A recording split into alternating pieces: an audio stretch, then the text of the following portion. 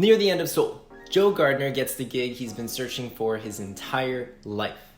He literally fights the afterlife just so he can play piano with his idol Dorothea Williams.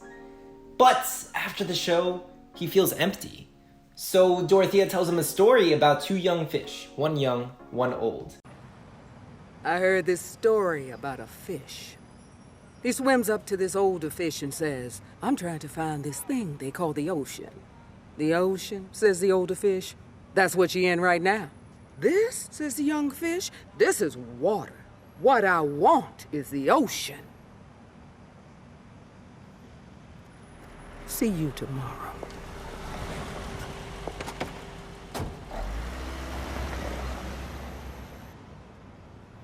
Now think about it, guys.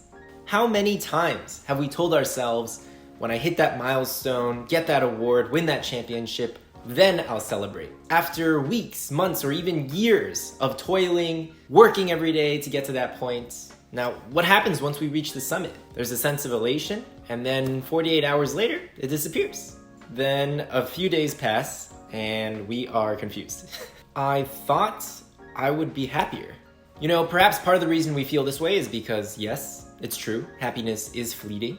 But maybe another more important reason why is because we've been brainwashed to believe that happiness is conditional. The media is constantly telling us that you need to work hard so that one day you can become exceptional at what you do.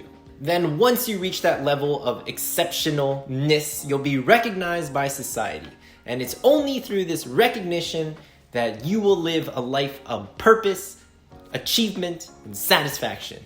That is simply false. And yet, we've been conditioned to think that, even believe that, because we're constantly shown highlight reels of people celebrating after a big win. But when was the last time you saw a highlight reel of people just looking mad peaceful as they were attending to their garden, or reading a book, or playing the saxophone in their living room? When someone's actually brave enough to claim that they're happy doing those kinds of mundane things, society just dismisses them as selfish hippies. But guess what, friends? Your life is not less meaningful just because you have fewer grandiose achievements. Your lack of national awards or fancy degrees doesn't make you any less human. I believe that Soul is trying to draw a clear distinction between conditional happiness and unconditional happiness. Conditional happiness relies upon external recognition like an award or someone else's opinion of you. Unconditional happiness, on the other hand, is intrinsic because, well, it doesn't rely on any conditions.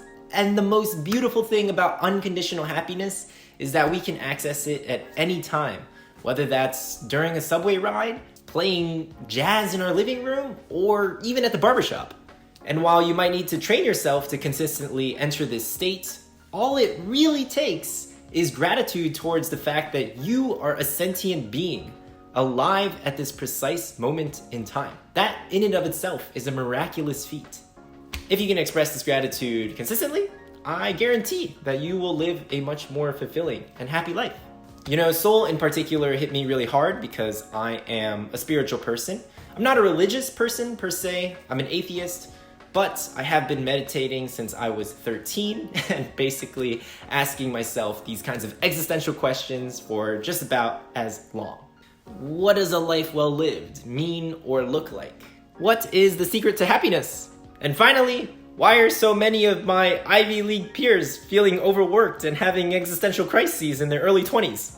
While I don't have the entire answer, I'm willing to bet that part of it lies in our belief that chasing external factors like bigger houses and faster cars and more degrees, in other words, factors that society and honestly our American culture deems as success, will make us happier. And while I can't say that that's not entirely true, I do think that our lives would be super duper different if we made internal happiness the end goal. Like, what if we optimize our life so that we could continuously enter the flow state, slow down to appreciate little moments, and cultivate and nurture healthy relationships? What if that was the way we defined our success? With that in mind, folks, thanks so much for watching today's video. That concludes today's episode of Mind Shine Monday. Hope you enjoyed it. Catch you guys at the next one. Peace.